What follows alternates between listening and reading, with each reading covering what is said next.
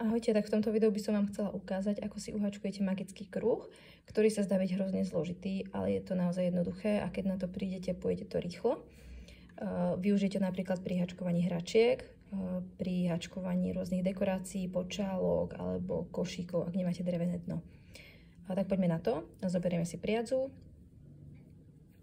priložíme k dvom prstom, obtočíme, prekrížime a tretím prstom si to uchytíme. Vyzerá to takto. Teraz si vezmeme háčik, prejdeme popod prvú niť, naberieme tú druhú a pretiahneme. Teraz si uchytíme to, čo máme na háčiku a druhú ruku pustíme. Stále si to držíme, nič nepúšťajte. Túto kratšiu niť dáme dopredu, tu používať nebudeme teraz. A zoberieme si túto, ktorú máme na klbku. Namotáme, stále si držíme háčik s niťou. A teraz vidíte, že mám nahodenú niť na háčiku. Zoberieme si priadzu na háčik, teda nahodíme si a pretiahneme si ju cez to očko. Takto sme si ten magický kruh uchytili a môžeme pustiť. Už sa nám nič nevypletie. Teraz pokračujeme ďalej, a to tým, že budeme háčkovať krátke stĺpiky do tohto magického kruhu. A to vyzerá takto. Pichneme si do kruhu, naberieme si priadzu a pretiahneme znova cez ten kruh. Takto máme na háčiku dve očka. Znova si naberieme priadzu a pretiahneme cez tieto dve očka. A máme hotový prvý krátky stĺpik. Vidíte, že tu sa vytvorí taká slzička.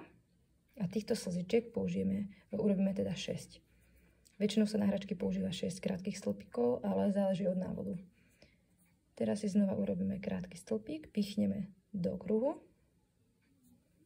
naberieme priadzu, pretiahneme, naberieme a znova pretiahneme cez dve očka.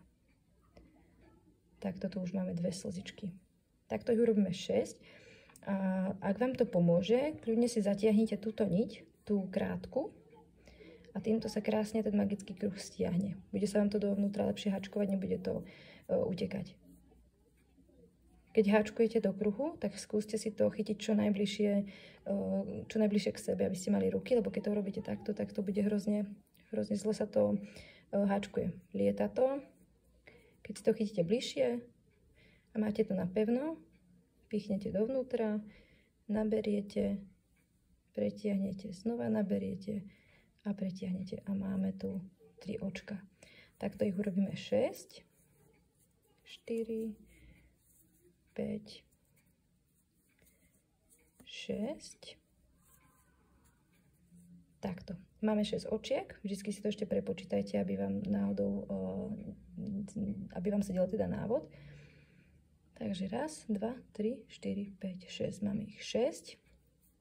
Teraz pokračujeme takto. Zoberiete si tú kratšiu niť a zatiahnete. Takto sa nám urobil taký obúčik a spojíme ho do kruhu tak, že si pichneme do prvého očka. Vždycky si to znova odpočítajte. 1, 2, 3, 4, 5, 6 do 6. očka, alebo teda do prvého. Pichneme, naberieme priadzu, pretiahneme cez očko. Máme na háčiku 2 nahodené očka a toto jedno očko, ktoré máme na háčiku, to posledné, pretiahneme cez to, ktoré máme na háčiku ako prvé. Takto sme ukončili magický kruh a môžeme pokračovať v háčkovaní ďalšieho riadku.